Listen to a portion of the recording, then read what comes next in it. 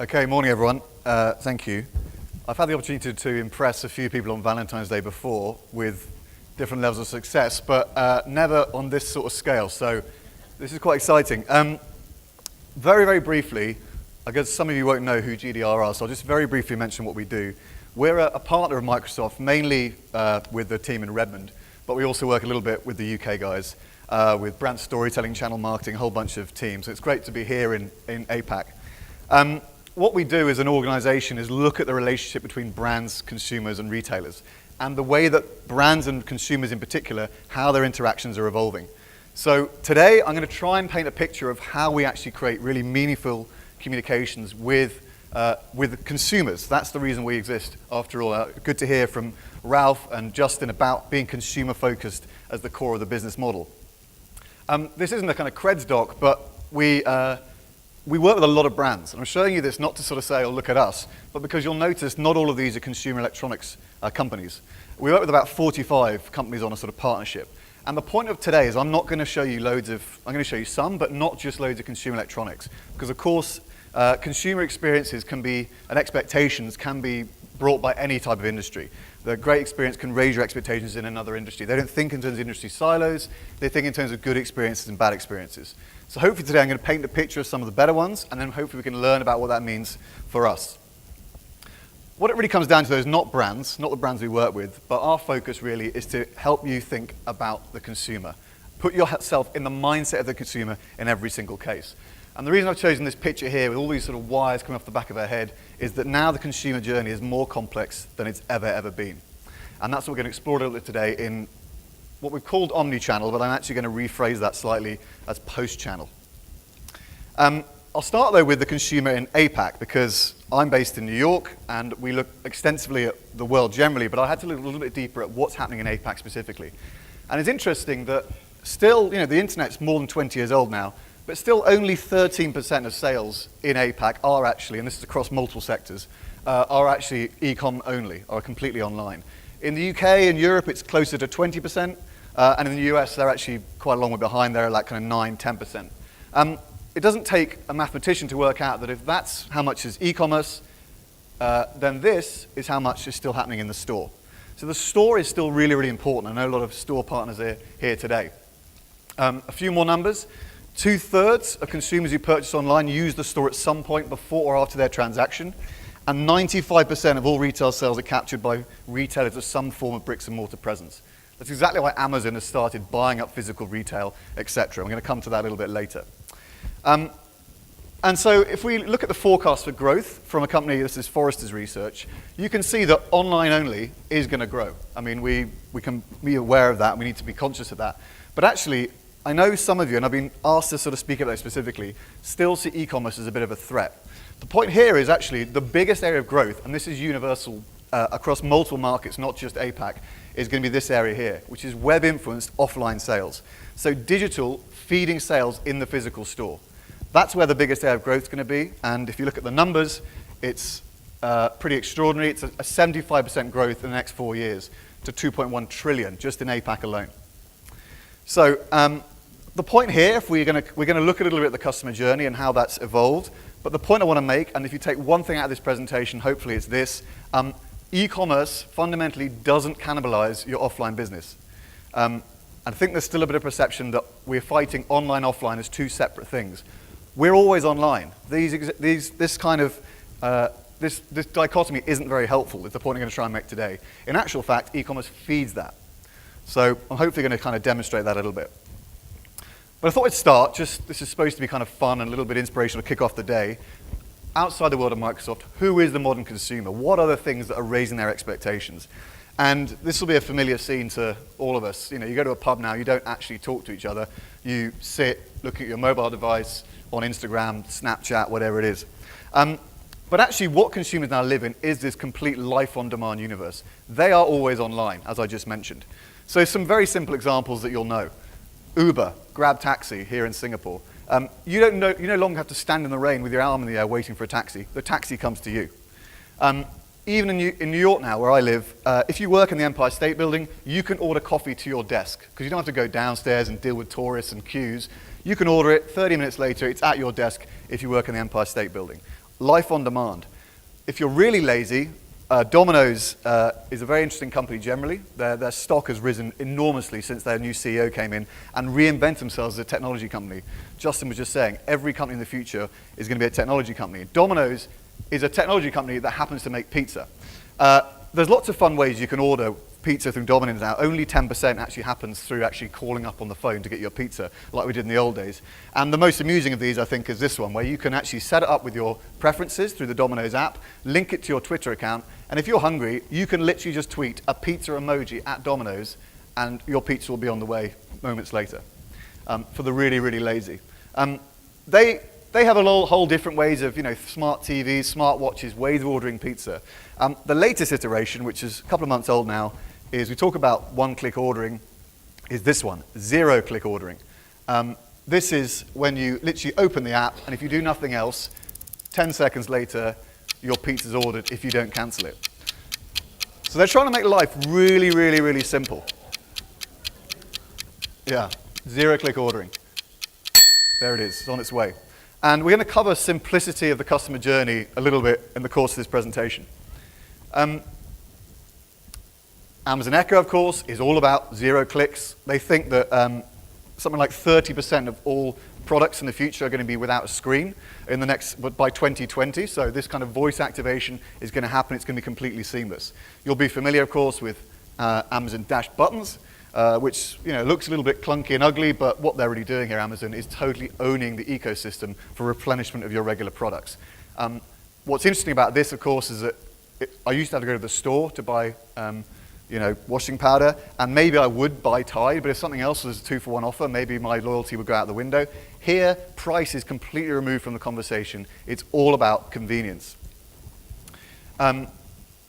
Similar examples over in this part of the world, of course, is JD's own version of this. Most of you will be familiar with that. But it's even things like advice. Darty, the French electronics manufacturer, they now have a button that you have to pay, I think it's €3 a month to have this in your home. It lives on the wall in your kitchen or wherever you want it.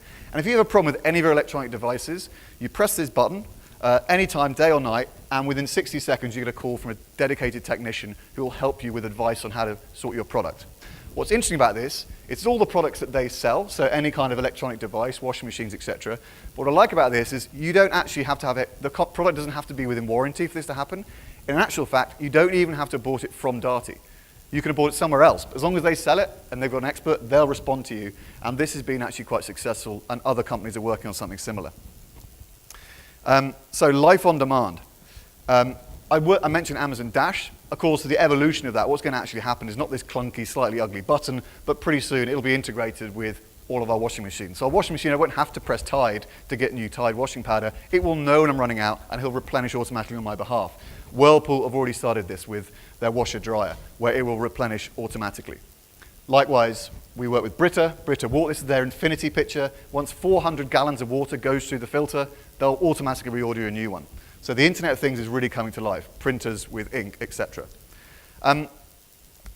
In this space, kind of understanding how people live and being very personalized to their needs, this is just a fun bit of a favorite of mine, the Budweiser connected fridge. This is a fridge you have in your home, and you have a connected app that can tell you at any moment how many beers are in your fridge. So if you need to reorder, you can see what's available. You can also set it up so that actually it will reorder automatically when you get pretty low, so it starts coming. But my favorite bit about this is it also starts learning your preferences. So you tell it which sports team you support. We just heard about Real Madrid. So if you support Real Madrid and Gareth Bale scores a wonder goal with a free kick, your fridge will set off a little siren saying, you've just scored a goal, have a beer with your buddies. So it really integrates with your life. And of course, they sell more Budweiser as a result. You'll be familiar with Samsung in this space, of course, with their connected refrigerator. It's $5,000, so it's not cheap. But what's interesting about this is not only that you can order through when you realize you've run out of milk, you don't have to remember, you can literally order it there and then, but it actually, supposedly, will eventually start learning your preferences. So when it starts learning when you start needing more milk, and it will start suggesting it based on that. So total integration with your life. And of course, Amazon Go, where you talk about seamless technologies, like this guy here, you wander in, you grab what you want, and you wander straight out. No lines, no checkout. Most of you will be familiar with this. This is the way things are going. And my final example in this first little section, just to kind of gee us up about what people are expecting, is a bit of a favorite as well. This is Martini. So this is still the prototype, so it looks a bit clunky, but I think it'll be a bit slicker soon. This is a connected ice cube that sits in your drink and recognizes when you're about to run dry. So what will happen is when your gin and tonic gets to the bottom of the glass, they will automatically tell the barman, who has a geolocator, knows where you are, he'll bring you another drink. And so if you don't want it, you say, oh, no, thanks. But guess what? When he comes over with a drink, you're like, oh, go on then, why not? So what's interesting about this, I think, is product. Martini was a liquor in a bottle for hundreds of years. I don't know how old Martini is, but it's been around forever. And suddenly now it's moving into a new space, which is all about owning the whole experience. Not just a product, but an experience. So why am I showing you all this? Well, I wanted to establish a couple of benchmarks for what I think are what people expect now. Simplicity, convenience, better integration with people's real lives. I think that's pretty clear in all those examples we showed. There's a sense of gamification as well in some of them, but that's maybe separate. But also, it's generally quite practical. They're personalized to your needs, and they're really helping you live your day-to-day life. Now, these benchmarks, I want them to have in the back of our mind, just as we go through thinking about the Microsoft consumer journey in-store as well. And what I think this comes to is something I'm going to talk about later, post-channel retail. I was talking earlier with some of the guys about how even the word omnichannel, when we talk about omnichannel, we still think in terms of channels.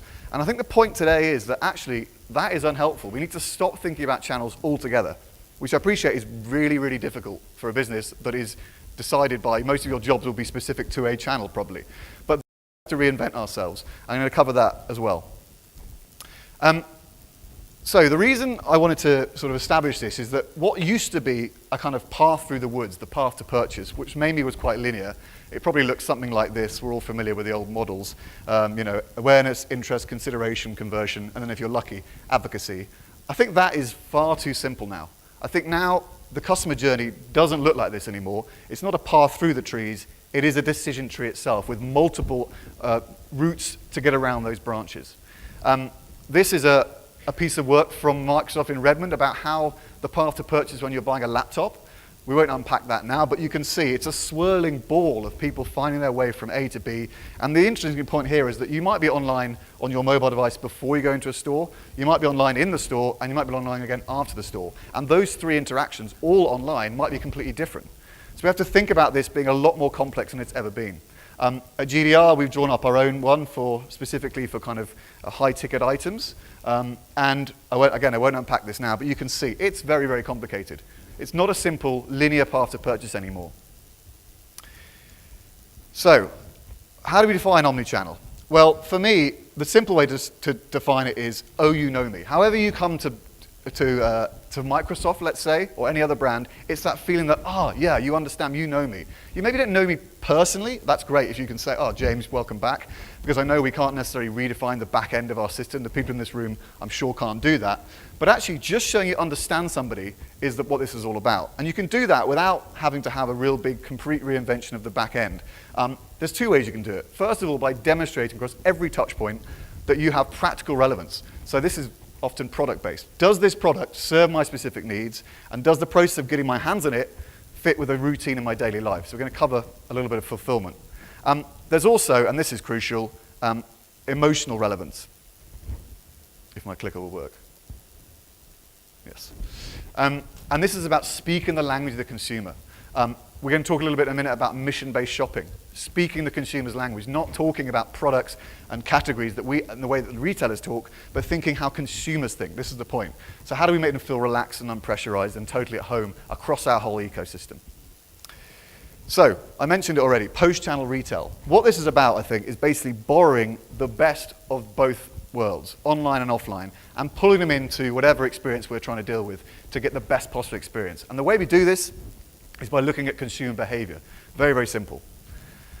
So, there's a quote I quite like from the innovation manager at John Lewis, who we know relatively well at GDR. And he just says, the customer doesn't think about channels. They simply think about your brand or their experience as you as a retailer. And I think this is absolutely key. We have to stop thinking about channels altogether. Because like I say, we're always online. So Sephora, we work at Sephora in San Francisco, and this is one of their new store concepts called the Teach, Inspire, Play Store. It's on Powell if anyone's visiting anytime soon. And Sephora has a lot of really cool digital stuff anyway, and I'm sure the store down the road in Vivo City will as well. But the new thing they've introduced here is this sort of huge bank of screens in the middle of the store where people are encouraged, they have kind of classes to learn whilst they're in the store environment. And the reason they've done this is based on insights, based on understanding their consumer behavior. So 42% of women explore cosmetics with the help of video bloggers. So the big one in the UK that you may have heard of is Zoella. She does it from her bedroom, millions of subscribers. This is how people understand beauty these days. And the problem Sephora had was that people were doing that exploration before the store and then maybe doing it after the store, and Sephora had no control over that whatsoever. So all they've done is saying, okay, if that's the behavior of our consumers, let's own that and bring that into our consumer journey. So what they've done is introduce these spaces in the store where you can go on and learn a new technique. So contouring, which some of you will know better than me, but something to do with highlights and lighting your face in the right way to make you look more angular. I'm probably the wrong man to talk about this, but you can learn that in the store. They also have classes to bring this all to life. And I've been in there a few times in that store, and there's a lot of people using this. They seem to like this. And so Sephora is owning this experience, this behavior that previously they had no control over, which is exactly what we already just touched on, that Telstra store does so well. Because, of course, what really is going on here is that people would go into an electronics store, and they would look around and get the advice of the sales associates, find the products they like, and then they'd go home and buy it on Amazon, Blibli, Zazada, whichever market you're in. Showrooming, that was a big problem. And the problem, I think what Telstra recognized here is that you can't beat them at that behavior. You can't stop that behavior. So if you can't beat them, join them. So what I think Telstra did really here, which was smart, was own that journey. So they gave you this RFID card. So you build up this digital shortlist. You have a unique URL on your card. And as we heard from Justin, 40% of people re-engage later. So they suddenly have so much more control over that showrooming journey. They're just taking the lead from their consumers. In South Korea, this is brand new. I don't know if any of you have seen this. I think, is it Lotte? Lotte? I don't know how you pronounce this, but this is a store where you can shop online and offline, digitally and physically, all in the same space. So as you enter the store, you can grab a basket and fill it up with products you want to buy, but you can also grab one of these scanning devices that allows you to then walk around the store and pick the things you like and scan them into a digital basket that will be delivered later without you having to carry all the shopping home. So this is, I guess, giving people options to shop virtually or shop physically, however they want. Sephora has actually done something very similar in Paris.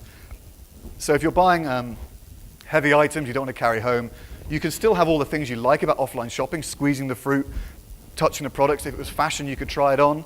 But then also you get the simplicity and the convenience of online shopping where it's delivered later. You don't have to worry about carrying it home.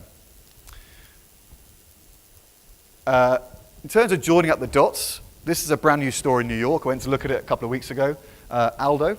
And here, all they do is you go onto their app and you search for shoes. And you don't have to waste a trip to the store if the shoe you want isn't in stock. Because you tell them the shoe you like, you tell them the size you want, and then it gives you the ability to see, is this in stock? Where is it in stock? And you can reserve it to go and try it on.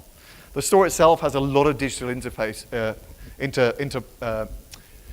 interactions throughout the store. So this one here, every shoe you pick up, you're encouraged to scan it yourself to find more information. It'll bring up the looks, what you might wear this shoe with to bring this to life. And that's exactly the same experience that's echoed on the mobile device. So the online and offline shopping behaviors are really joined up together, and they're made very, very similar. So you can shop however you like.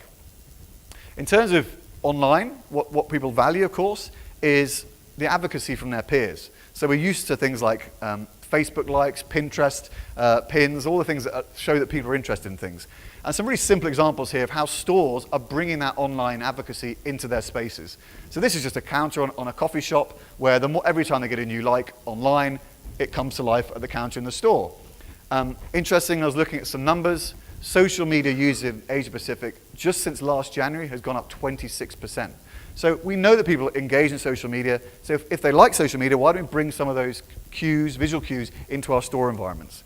A really nice example of this is what CNA in Brazil did, where every single item that went on their Facebook, when it was liked, it would be liked on the actual physical hanger. So people get a very visual idea of actually what is trending, what is popular. This idea of trending is obviously something we're familiar with online. How do you bring that into the store? This is a department store in the UK where, again, they had a whole load of fashion items going up onto their website, and they're encouraging you to vote for your favorite look. And then the ones that were most popular would fill up the most with this digital kind of pool in the store as well. So again, you had advocacy for what was important. Kind of in our space we'll be familiar with, this is what Amazon does so well online, reviews. When you go onto Amazon, the thing the value is that you're hearing from a real person. The fact that we don't know those people doesn't really matter. Statistics show that actually as long as you believe the review is from somebody real, that you believe is a real person, it actually has the same advocacy as one of your friends. So what they've done here, and I like this is really low tech, is first of all, in Amazon Books, they only stock the books that actually have 4.8 stars or above, pretty much. So you don't get the rubbish ones anyway. But in every case, they then once a week switch out just paper, cardboard, a real review from a real reader in the store environment. And this is a really powerful advocacy tool. And I just see this as being really low-hanging fruit that pretty much every retailer could do this overnight. The other thing they do, of course, at Amazon is make sure you're getting the best possible price. So the worry about when you go to a physical bookstore is, could I get it cheaper on Amazon? Well, here they make sure that you pay exactly the right price. So that nothing has a price in it. You scan your book and it tells you there and then the live price on Amazon, so you know you're getting the best possible deal. Pinterest, obviously amongst women, this is particularly popular. 85% of Pinterest users are female. It's having a bit of a renaissance at the moment, as far as I can tell. But Nordstrom piloted this a while ago now, where just basically things that were trending on Pinterest and popular, they just put a Pinterest pin on it in the store, like a very visual cue. This is for sale, this is popular, people like it. So let's go into APAC. This is kind of what Tmall's done. They've basically looked at the 100 most popular fashion brands on the website, and they've created this actual physical environment now where they bring these. It's very experiential, beautiful looking store space in Hangzhou, where you can actually shop these things in the physical space. So they're using the online data to inform what goes into the physical store. It's precisely what Rakuten did. We were hearing earlier about coffee shops being successful in terms of creating new conversations. Rakuten in Japan have launched their own coffee shop. It's about a year or two now since they launched this. It's still running. And the way they did it was just saying, well, look, we know which cakes are popular on the website. We know what people like. So let's fill the store with those things. Then we get them in, and then we get the chance to talk to them about our financial products and other things we want to sell. So using that online data to inform what goes into physical space. Exactly what Bonobos does. Bonobos has gone from 0 flagships to 24, I think, in about 2 years. It's quite a small brand still, but they recognize that by giving people, it's an online fashion brand, but they're giving people the chance to actually try things on in the physical space. They're much more likely to buy, of course. And so at these stores, you can't actually take anything home with you. Nothing is available to take with you at the time, but you try on a jumper like this, you try on a jacket, you have a consultation with a guide, and then they send it to you later to your home address, your work address, whatever it is you want. And this is absolutely booming right now. In terms of thinking about what people value offline and bringing it online, this is a really simple, but I think brilliant execution of why people buy handbags. So women buy handbags not just for fashion, I think. They buy them also to put things in. I hope I'm basically right about that. So the problem you have when you shop online for a handbag is you don't necessarily know how big it is. You don't know what it's going to hold and whether it's going to suit your physique. So this is a really simple idea from Shop Direct, which I think just nails what we're talking about here. It recognized that missing piece in the puzzle that people valued offline in terms of trying out a bag in the store that they can't replicate online. So all they did is, with all their stores now on, this is very.com, you can see down here, view size.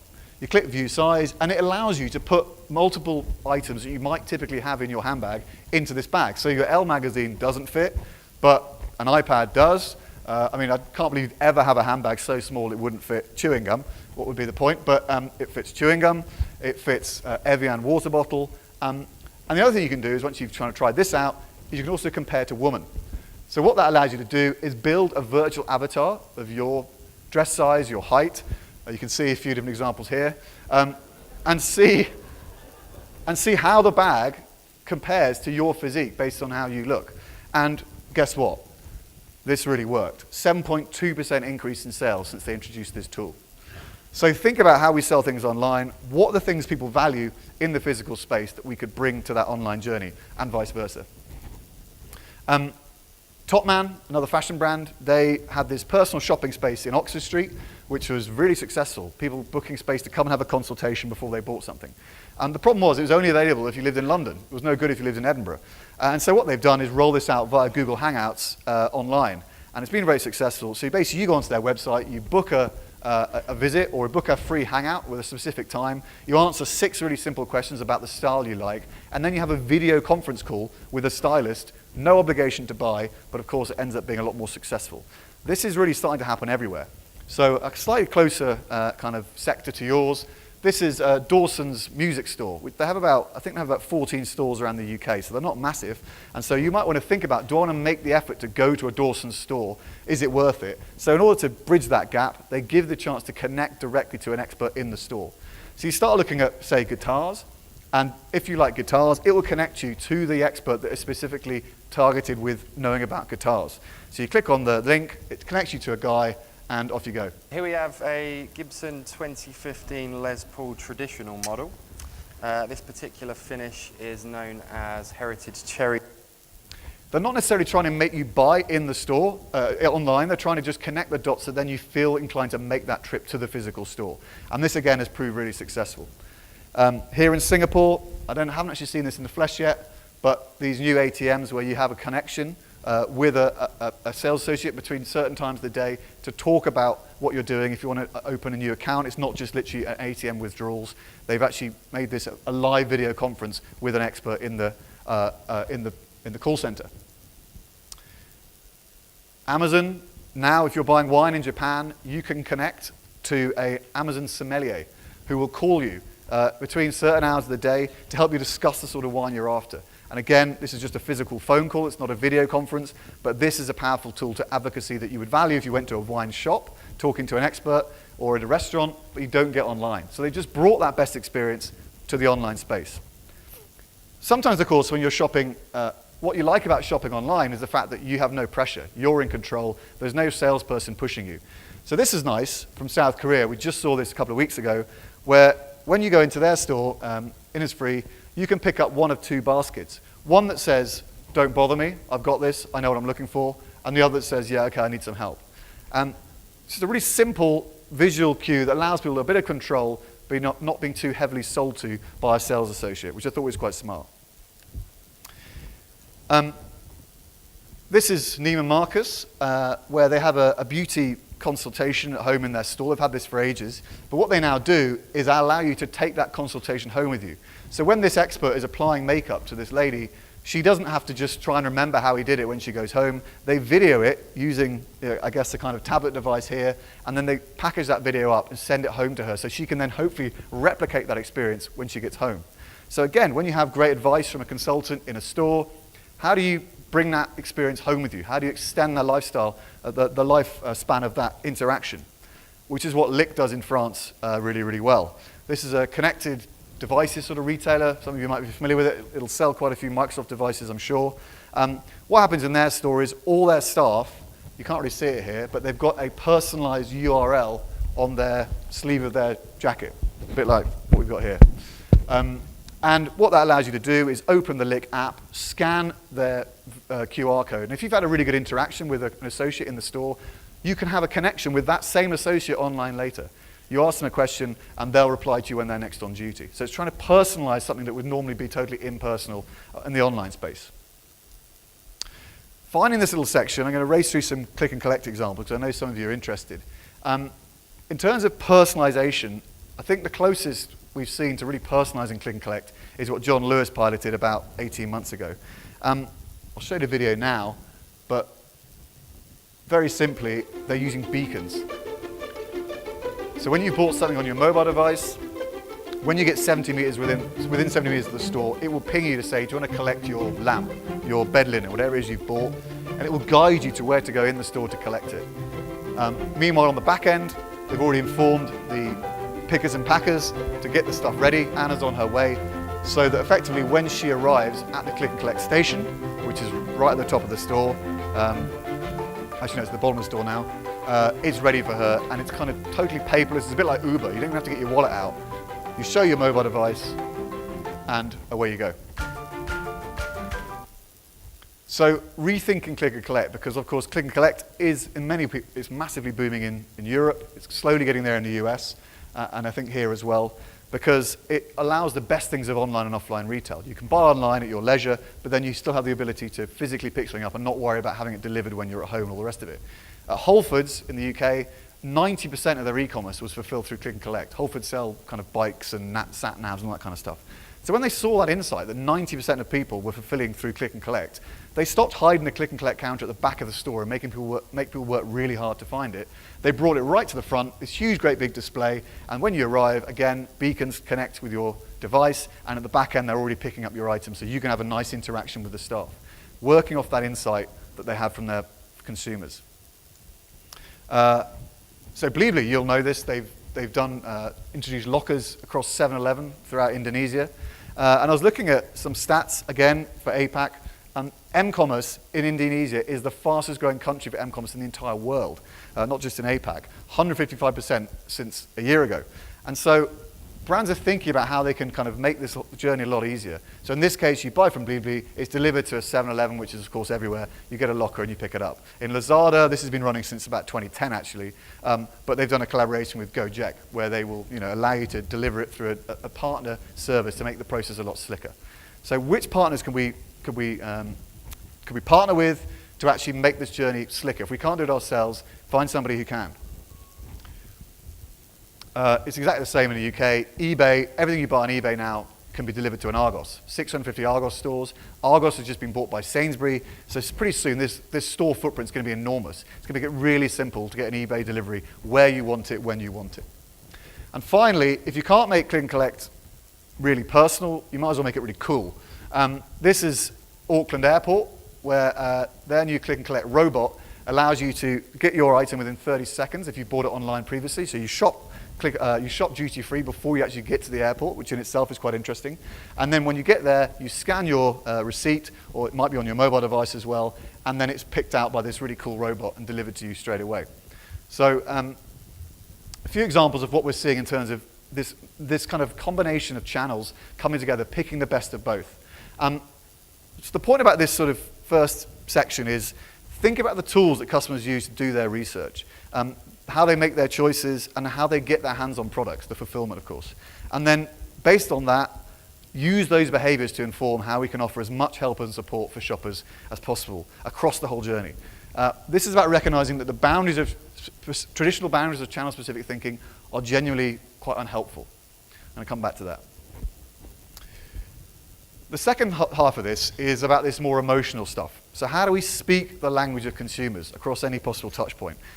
So again, don't think about channels, don't think about how people shop, think about why. That's the simplicity of this. So I'm going to show you loads of examples that I think really nail this. But I'm going to start with quite an amusing, nice one that I think really positions the consumer at the center of the story. So this is not about how people shop, it's about why they shop. And this is what we have to keep thinking. Again, forget about channels, they're not helpful. So, how do you position a brand to make it relevant to your target audience? And I think this is one that just nails it. So, Organic Valley have launched this new shake called Organic Balance.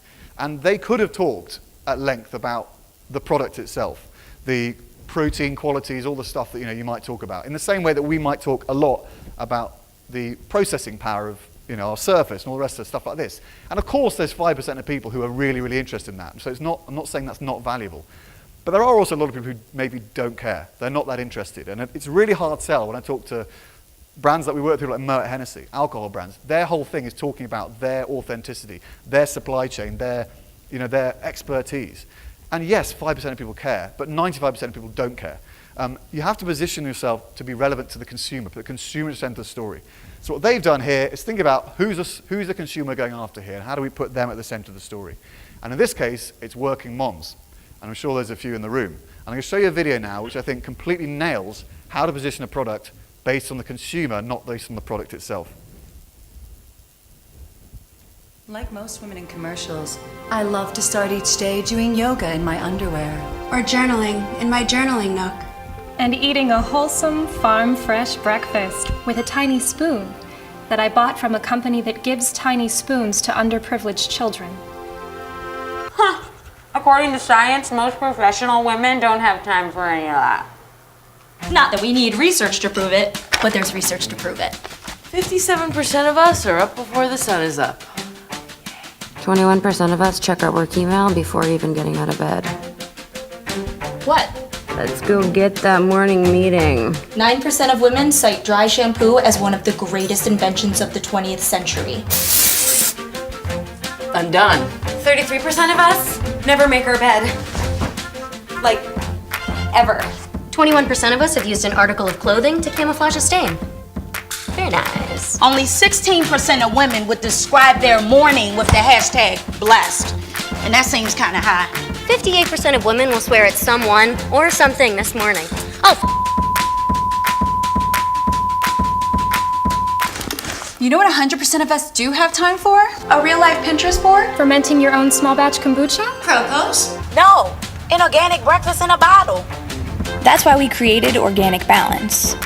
Propose? A nutritious organic breakfast with 16 grams of protein and half the day's calcium, so you can seize the cray.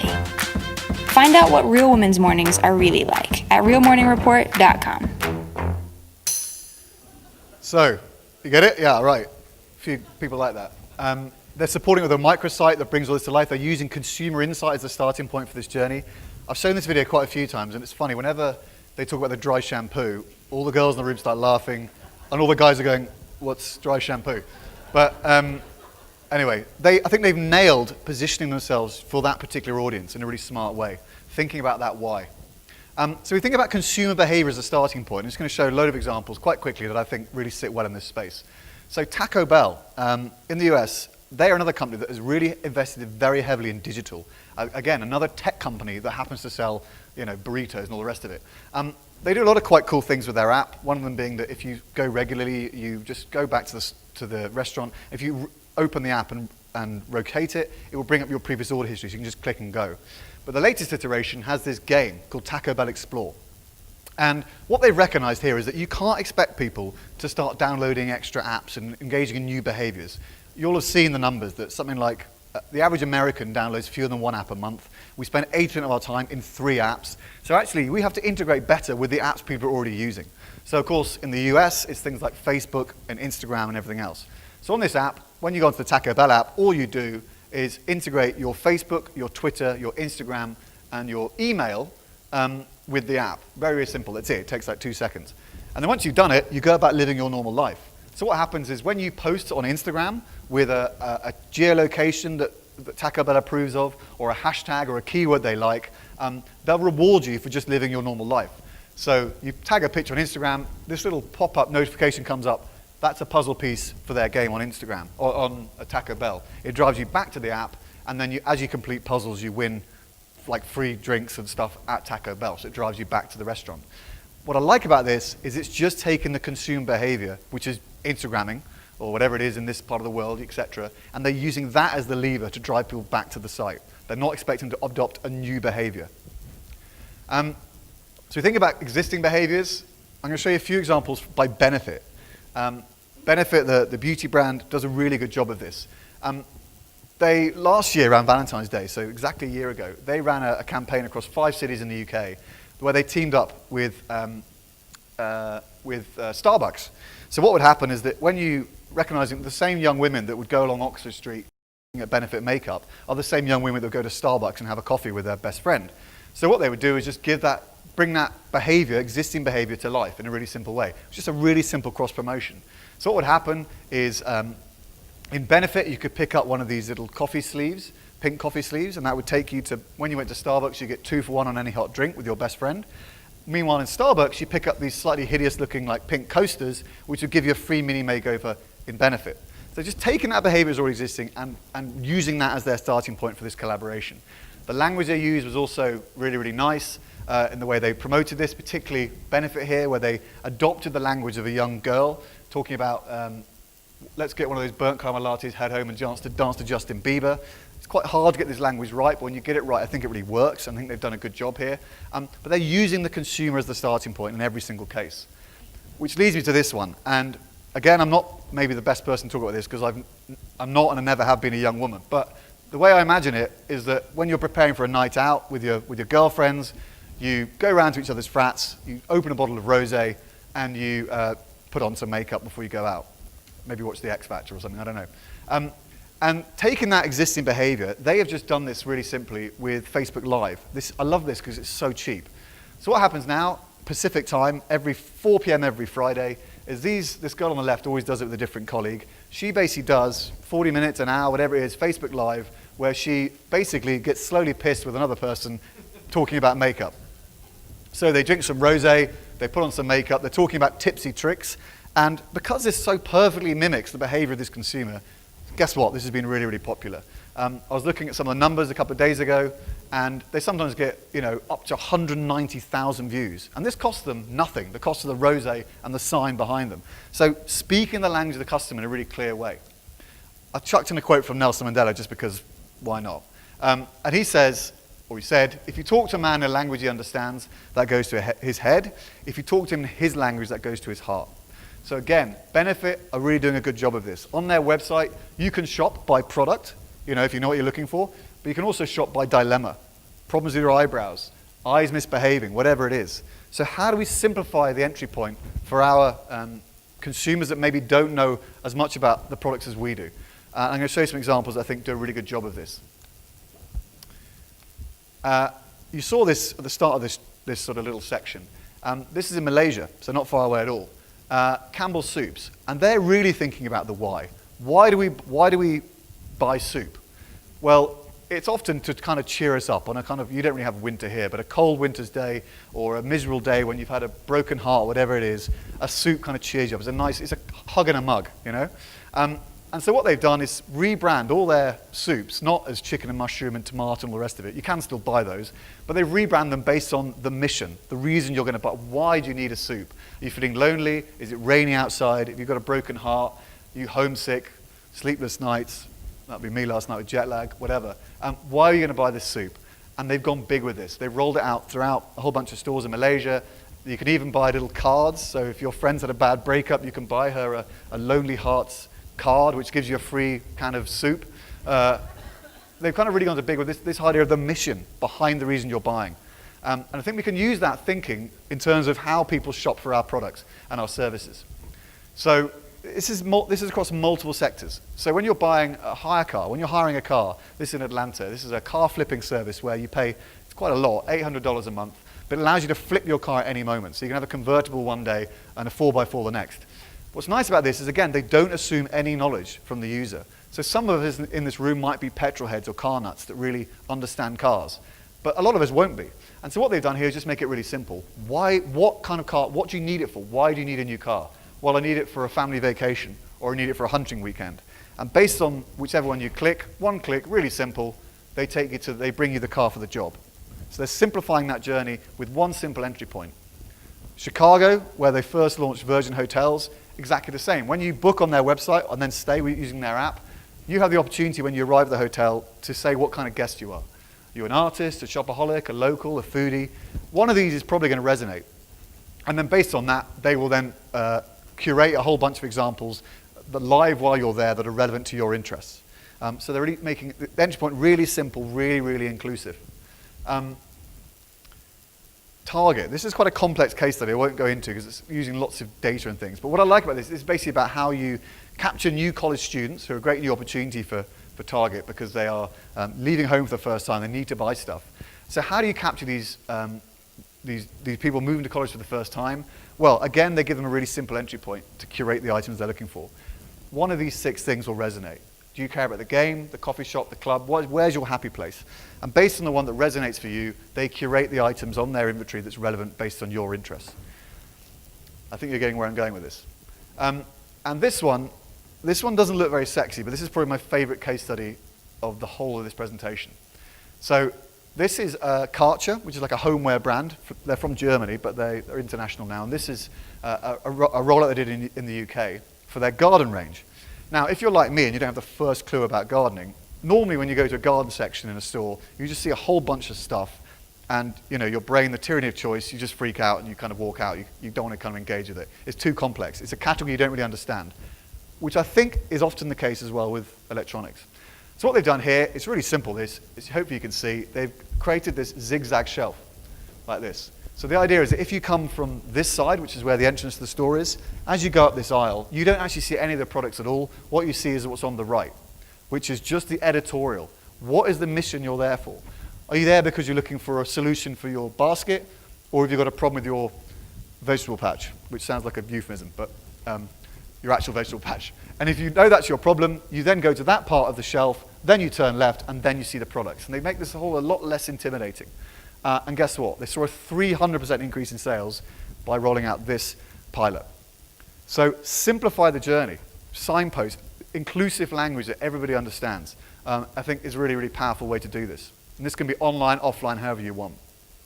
I went to the NRF in New York about 4 weeks ago now, and honestly, most of the talks weren't that great, I'll be completely honest. But one that I did think was good was this guy here, who's from an architecture firm, who was talking about the bonfire effect, how you create communities when you go into physical store environments. And he says that consumers are attracted by totems around which they can convene, both in terms of practical stories they can relate to, and in terms of belief they can emotionally get behind. And I think we're starting to see storytelling growing again. It was a big kind of buzzword a few years ago across multiple sectors and multiple channels. So Blibli, you'll be familiar with Blibli Friends, any of you from Indonesia, where it's very much led with storytelling. The articles that relate to you before actually, once you kind of explore things that relate to you, then you start getting into the products. And it's very much led with content, not product. Why are people there? What do they care about? What is important to them in their lives?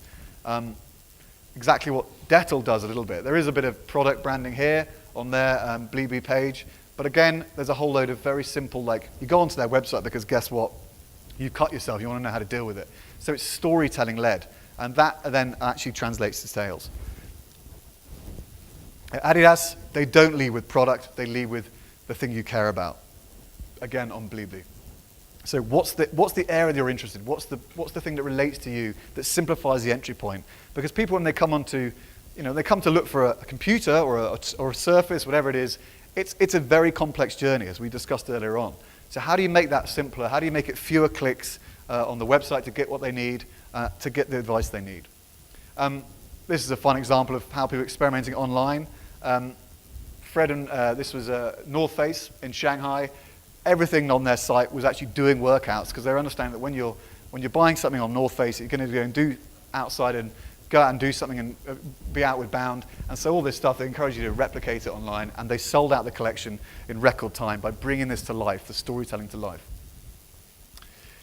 In terms of physical store environments and storytelling and speaking the customer's language, this store is just launched in the UK, and it's making waves because it's absolutely deliberately polarizing. Most mothers in the room will find this horrifying because it's speaking to teens and tweens, young girls, and the way they think about things, the way they behave. So you'll see here, it's all designed to be Instagrammable. That's the idea. Lots of kind of nice visual cues. They've got this huge pink monster truck at the entrance to the store that, again, you're designed to pose with and take pictures of. The product is pushed to the back. Normally stores, you'd fill the store with inventory. As soon as you go in, there's products to look at, things to try on. They take a completely different approach where the product's pushed to the back. It's the storytelling that's brought to life. All these ridiculous things that you're designed to Instagram and put online. Again, what's the behavior of the audience? This particular young audience, they do a lot of Snapchatting. So what's snapping in, following, bring it to life. These are actually cans of water, but they market them as unicorn dreams. And it's just all hashtags and everything else. The jeans section, you go into it and it says aspirational.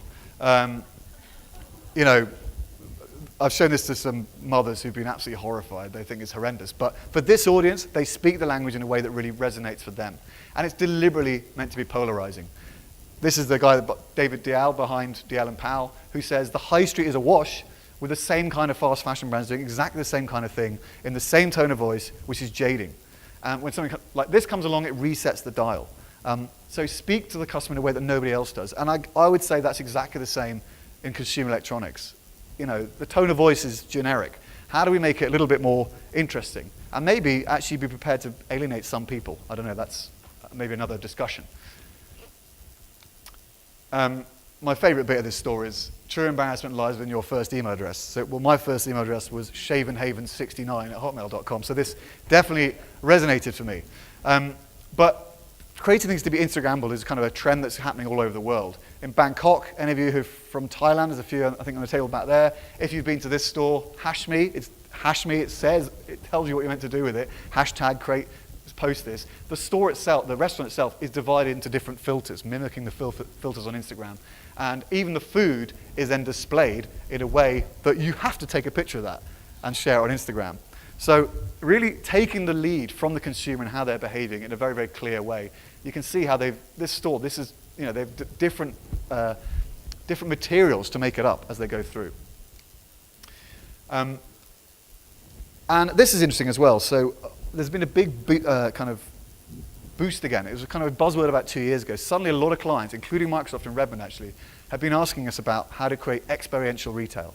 And I thought this was an interesting quote from the same guy at the NRF, which says that, of course, humans are experience-seeking. We experience things through our senses, that's obvious. But actually, more than that, we're meaning-seeking. And so he says retail has become more participatory rather than simply transactional. And I think this is a really, really good point, because we can try and create great experiences, but it doesn't mean anything unless we connect to people and this idea of the why. And I'm going to touch, quickly on Samsung, because actually, anyone who's been to Samsung 837 in New York will understand where they're going with this. This is a new store, and well, first of all, is a quote from their SVP, who explained how Samsung's changing its approach to marketing its products. We made a big step change to focus on changing people's lives for the better through our technology, rather than focusing on the technology itself.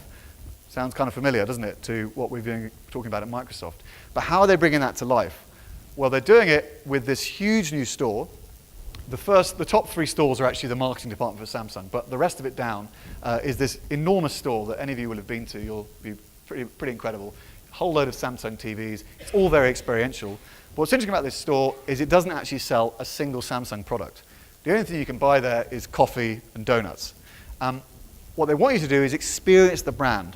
And what's interesting about it is they're not really pushing the products. You can try out Samsung gear and the VR stuff. What's really happening here is the consumer is the center, is the hero of the store. So as you go around the store, they have this pretty cool, actually, I have to say, Instagram tunnel. So if you've got a public Instagram feed, you plug it in, and basically they bring your Instagram feed to life in a kind of audio-visual experience. You can spend like 10 minutes walking around, and it is really, really cool. And the point is, this isn't just for like megastars like LeBron James.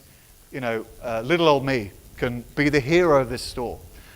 They also, on those huge TVs you saw before, that huge, great big bank of televisions, they encourage you to take a selfie using a Samsung phone. So, of course, you start realizing the quality of the camera. And then it springs up for 30 seconds on the screen. Most people were in couples, looking romantic. I was on my own, which is why I came up with that. But the point is, you are the star of the show. And it's about bringing whatever you care about to life through their technology. And I think it actually does that. I think you do feel slightly different about Samsung as a result, having done this. So leading with the consumer, making them the hero of the whole experience. I mentioned North Face before. Their whole motto is never stop exploring. We work with them as one of our clients. They're part of VF Corp in the US. And they've created a new store in London on Regent Street, right in the center of London, which is all about bringing the outdoors into central London. So the way the store is, they've got these great big fake trees and these sort of backlit imagery of trees and lighting. This is actually a live stream of what the weather outside is actually doing. So it actually rarely looks like that in London. It's normally drizzled. But they're trying to bring the outdoors very much into the space. But what's more interesting than the design of the store is how they've actually given up like 1/8 of the store footprint, which VF would never do this before, to take away from selling pure products and inventory to go into this idea of storytelling and club space. So a bit like we talk a lot about Starbucks being the third place between when you're not at work and you're not at home, the place you want to meet people is Starbucks. And they've owning this whole experience, particularly in the US. And so other stores are trying to create club space where people hang out and have community around the products. We talked before, just to mention the coffee shop in Japan and how successful that was. In this case, they've created this space where you're encouraged to come and hang out, put your clothes from your work bag and everything else in a locker, and then come and train for a marathon or another event. And when we first saw this, we thought, yeah, whatever, that's never going to happen in central London. But I went back about 3 weeks after it launched with my smartphone, and these are the pictures I took. A lot of the events were actually sold out, the classes they were running. The staff were just totally enthusiastic. They weren't trying to give me a hard sell on products. They're trying to sell me into the lifestyle of the brand.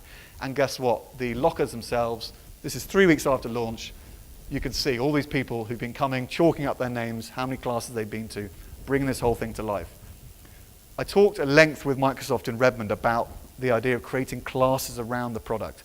And I've left it out today for reasons of time, but how do we generate this idea of community around the products, not just talk about the products themselves? It's what Lululemon does really well. All their stores feel a little bit independent, and in almost all of their yoga stores, they really live and breathe yoga. So actually, they also become places to have classes at the end of the day, almost all their stores. And they also send their staff out into the community. They don't just own the store space, they send them out to sweat in the community and bring this whole yoga thing to life. But what I like about this is they also worked on some consumer insights. And the same people that care about hot yoga and fitness and health and wellness are actually the same people that go binge drinking at weekends. And so what they've understood that, and in a way to show that life's all about balance, they've actually created, well, first thing they do is on a Friday evening, this is a couple of pictures I took on my phone in the London store, after 4 o'clock, if you're of a certain age, they'll give you beer or a glass of Prosecco. Life's all about balance. And they've even gone as far as to create their own beer. Very weird for a health and wellness brand. Yoga's their kind of mantra, to create a beer. It doesn't seem like it fits. But what they're basically saying is that there's a gym in London that's very similar, where you go and have a workout and detox, and then when you go to the change room afterwards, they give you a gin and tonic so you can retox. And that understanding how these consumers actually live and starting with that behavior as the entry point to the brand. And suddenly, when you feel like a brand understands you like that, your willingness to buy from them, your lifetime customer value, it rises so much. And the final example of today is one that Jeremy Dale insisted I included and loved, which is Godiva, the chocolate brand. They created, this was only, unfortunately you couldn't actually buy this, annoyingly, because I would have done. Just before Christmas, they created a pilot or a kind of concept of thinking, which really I thought nailed the reasons why we buy chocolate for people as a gift. What is gifting all about? It's about obviously showing you love somebody or whatever it is. But what's interesting about this is they actually took it a step further. So what would happen is you gave this chocolate box here to your mum or your friend or whatever it was, and when you opened it up, it was divided into two. This is for you to eat, and this is for you to give away. So this idea of gifting, they kind of pass it on, take it to the next level, it was really, really brought to life. I'll show you the video. It's like a Russian doll, but in reverse, where you got the chance to... Oh, sorry, go back.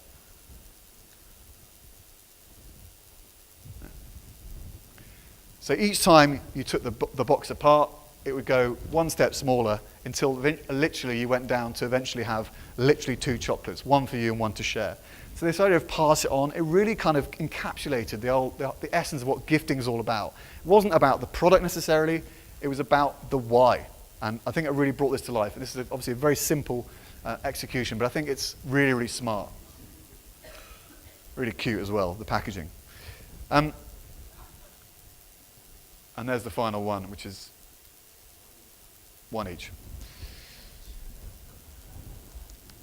So this idea of creating relevance through being practical but also being emotional. I think most brands still judge themselves according to the products they sell and the channels they sell them through, as I've kind of kept banging the drum about this. And I would argue again that these are actually increasingly unhelpful metrics for most consumers.